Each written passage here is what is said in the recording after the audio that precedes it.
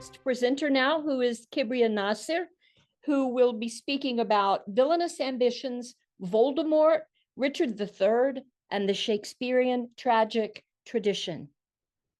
Welcome, Kibria. Good morning, everyone. My name is Kibria Nasir. I'm a PhD researcher at Shakespeare Institute, University of Birmingham. Today's talk, titled Villainous Ambitions, Voldemort, Richard III, and their Shakespearean tragic tradition, explores how Shakespeare's stage villains shape our modern imagination of evil. In short, we'll see how the face of evil evolves, from Shakespeare's stage light to Rowling's screen shadow, and how each era rewrites villainy in its own image. Let's begin with a challenge. Okay, picture the villain who has unsettled you the most, from literature, film, folklore. What is it that makes them linger in your mind? Their cunning, their presence, their downfall, or perhaps their humanity? Why do these figures remain so vivid long after the heroes fade? From Darth Vader to Lady Macbeth, villains persist in our cultural memory, not only because they disturb us, but because they draw us in. They force us to confront uncomfortable truths about ambition, power, and our capacity for darkness. So why do we remember villains more vividly than heroes? That question lies at the heart of today's discussion, and by the end, I hope we will have traced how theatrical and literary villainy shapes our understanding of evil on the Shakespearean stage and beyond. Shakespeare revolutionized villainy on the stage by creating characters who are far more than simple embodiments of evil. His villains are dynamic figures, defined by ambition, manipulation, and marked a sense of otherness, whether physical, social, or psychological.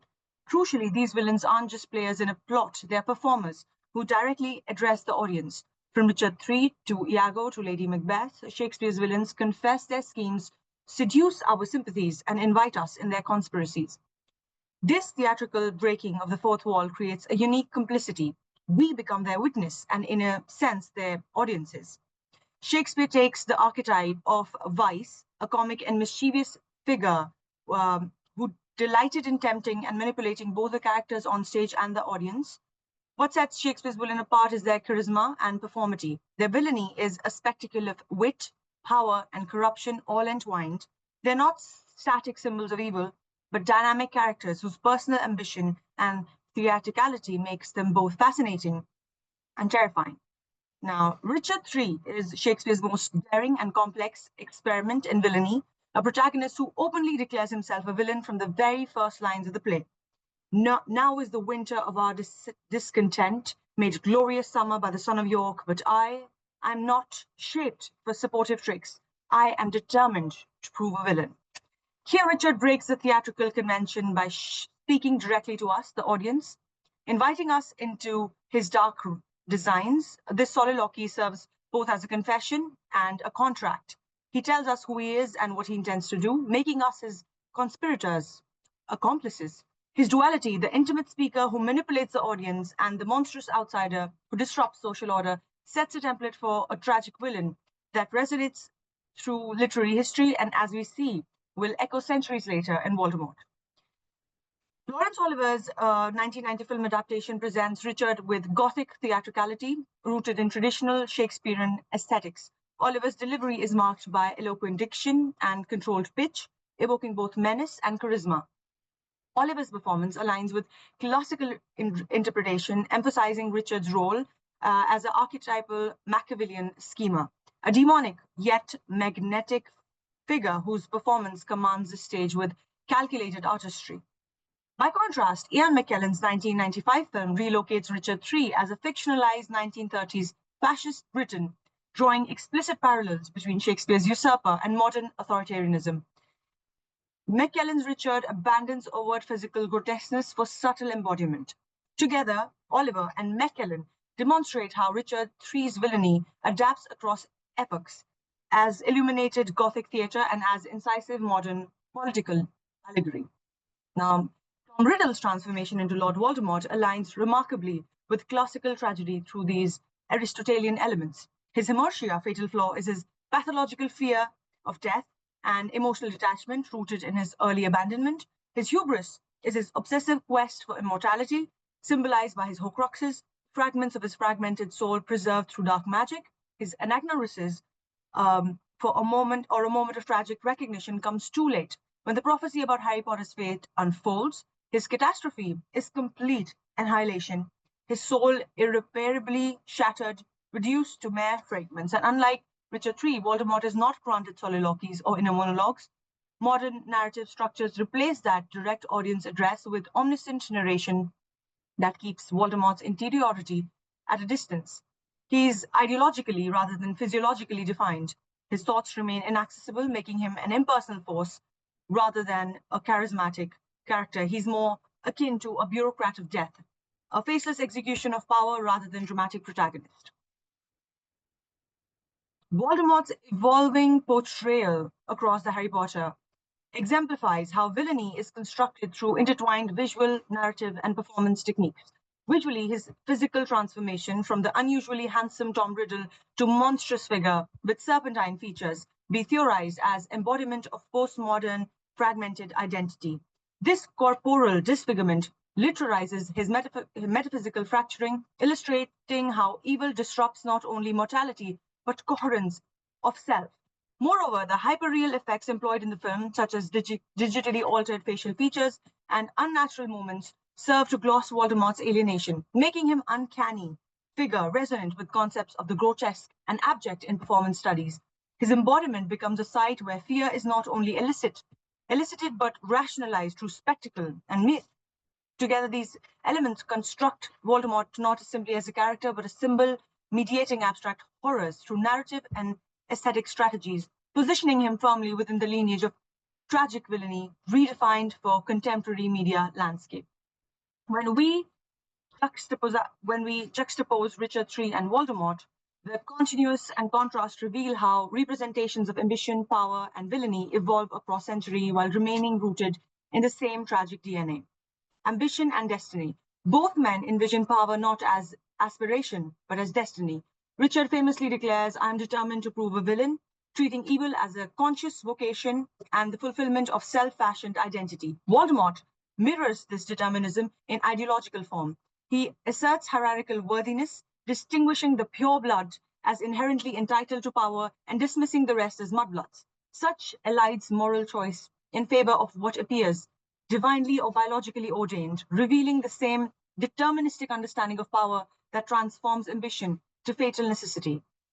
Now, otherness and corporal signification. In early modern drama, the body signified the soul. Deformity was read as visible sin. Richard weaponizes that association, turning his hunchback and withered arm to political theater. His body becomes emblem of self-conscious corruption, a site where moral stigma is re-scripted as agency. Voldemort, by contrast, manufactures his own deformity. His serpentine visage and noseless face externalize inner disintegration. This self-inflicted transformation literalizes fragmentation of soul into matter, a physical theology of the damned. The serpent imagery, of course, evokes satanic archetypes, the tempter, the usurper, the fallen angel. Both villains thus translate inner decay into corporal rhetoric. Now, narrative voice and audience engagement. Here lies a profound divergence of how evil communicates itself. Richard's soliloquy seduces us. He speaks directly to the audience, making us co-conspirators. Voldemort is narratively mute. Rowling withholds interiority. We access him only through others' fear and resistance. He is a signifier, not a speaker, an ideological construct whose power depends on mediation. This transition from soliloquy to silence marks cultural evolution, from Renaissance selfhood performed to modern evil abstracted. Shakespeare invites complicity, Rowling imposes distance. This villain shifts from human to symbolic, from performer to system. Semantics of death. Both die publicly, yet the meaning of those deaths diverges sharply. Richard's battlefield cry, a horse, my kingdom for a horse, remains one of literature's most famous collapses of grandeur into absurdity. His fall invites pathos, fulfilling Aristotle's schema of hamartia and catharsis. Evil here is not only just destroyed, but understood. Voldemort's death at Hogwarts also unfolds in public, but its semantics differ. His body disintegrates to dust, describing in the novels as shrunken, vacant, a shell of itself, and the spectacle is not just cathartic, but ontological negation. Evil is erased, not pitied. Child murders. innocence as a threat. Crucially, both transgress the sacred boundary of innocence. Richard orders the murder of his nephews, children whose existence threatens his claim to crown, just as Voldemort seeks to kill the infant Harry Potter, whose survival will mark his undoing. In both, the child embodies what the villain fears most: legitimacy, legacy, and basically the future. The act of killing a child symbolizes an attempt to arrest time. The irony is fatal. Each villain is undone precisely by that act. Shakespeare's moral universe interprets the murder of innocence as sin against divine order. Rowling transforms it into poetic justice, where love itself becomes the counter magic to power. Legacy and cultural perpetuation. Both figures refuse to die culturally. Richard's villainy is reborn in each generation of theatre, from Oliver's shadowed monarch to Mackellen's fascist tyrant, and even his literal archaeological rediscovery in 2012, his bones reignited the national debate about propaganda, power, history. Voldemort's afterlife thrives on global media, fan fiction, memes, cinema, and academic discourse. His image has become shorthand for despotism itself. Jacques Derrida's term hauntology is apt here. Both villains persist as revenants in cultural memory, returning whenever societies need to internalize fear. Evolving modes of villainy. If Richard's villainy seduces through theatrical charisma, Voldemort repels through ideological abstraction. Shakespeare's villain looks us in the eye. Rowling denies us that gaze. The evolution from complicity to recoil maps not only literary history, but a broader cultural shift in the ethics of spectatorship, from fascination with the sinner to condemnation of the system. I'd like to briefly discuss and position this with some broader theoretical frameworks. First, performance theory. Richard's schema and Stephen Greenblatt remind us that identity in early modern drama is performed rather than possessed. Richard III exemplifies this. He stages his own villainy through soliloquy. Voldemort, by contrast, performs power through spectacle rather than intimacy, through grand gestures, ritual language, domination of space. Both embody villainy as a theatrical negotiation, but while Richard performs for empathy, Voldemort performs for ideology. Secondly, mythic and archetypal criticism. Both figures draw from archetypes that predate them, particularly the serpentine and the deformed, images long associated with satanic temptation and moral corruption. Richard's crooked body becomes a symbol of fallen soul, echoing the medieval association from deformity with sin. Voldemort's serpentine visage literalizes this archetype, but with postmodern twists. He chooses his monstrosity. In both myth and psychological converge, the serpentine, the fall, the loss of human form marks evil ancient genealogy, from Eden to Elsinore to Hogwarts. Third, narratology. This framework helps us to see how voice and perspective structure moral engagement. In Shakespeare, villain speaks himself to being. In Rowling, villainy is narrated about. This shift from soliloquy to mediation reflects transformation from theatrical immediacy to ideological abstraction. Evil is no longer intimate. It's institutional, networked, and systematic. Fourth, semotics. The visual and symbolic language of each narrative encodes contrasting moral messages. In Richard III, death is semotically rich. The crown, the horse, the battlefield. Each signifier reinforces the fall of the overreacher. In Harry Potter, Voldemort's death is stripped of symbolism, reduced to dust, the ultimate signifier of absence, death. This shift from tragic spectacle to metaphysical negation marks how modern storytelling reimagines the fate of evil, not punished, but erased. Cultural memory and hauntology. Finally, Jacques Derrida's concept of hauntology again describes how certain figures return to haunt culture whenever societies face moral uncertainty. Richard appears in every age, reshaped in new performances, debates, discoveries. Voldemort too reemerges in global media. And together, all these frameworks, performance, myth, narratology, semotics, and cultural memory demonstrate that villainy is not static. It's a living concept that evolves with our forms of storytelling and our understanding of power. If the theory tells us how villainy works, history tells us why it changes. Now, villains as cultural barometers. Villains never exist in a vacuum. They act as cultural barometers, dramatizing and embodying the prevailing political, social, and moral anxieties of their time. In Richard III, Shakespeare's England is a nation recently scarred by civil war and dynastic instability. The War of Roses turned legitimacy into a fragile, contested concept. The play's obsession with lineage, usurpation, the rightful rule echoes Elizabethan concerns over order and divine rights of kings. And Voldemort's belief system distorts social reality by elevating blood purity, a divine principle, thereby neutralizing domination and exclusion. He performs a role of ideological enforcer where evil ceases to be personal failing and becomes a systematic delusion. Richard's violation of the natural hierarchy and Voldemort's obsession with racial purity both dramatize boundaries, crises that are central to their respective worlds. In this view, Richard and Voldemort do more than personify evil. They externalize, they materialize their society's most profound fears and conflicts. Thus, villains are performative projections where historical, political, and ideological tensions become visible and negotiable in dynamic form. Legacy. So, what does it mean to place Voldemort in Shakespearean tragic villain tradition?